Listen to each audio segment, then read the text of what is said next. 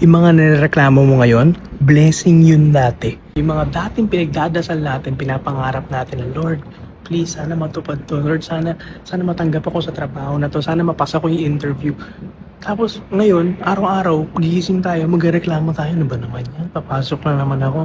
Ay, nakakatamad naman. Nakakalimutan natin na yung mga blessing natin nagiging hassle na kumbaga ngayon. That's why we need to take a step back and realize na marami sa nareklamo mo ngayon. Isipin mo, ano yung mga nareklamo mo sa buhay ngayon?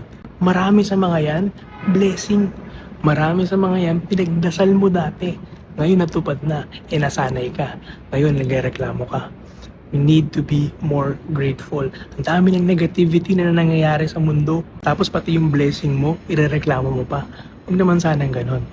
Let's take a step back and appreciate and thank God for all the blessings na ngayon naging hassle na.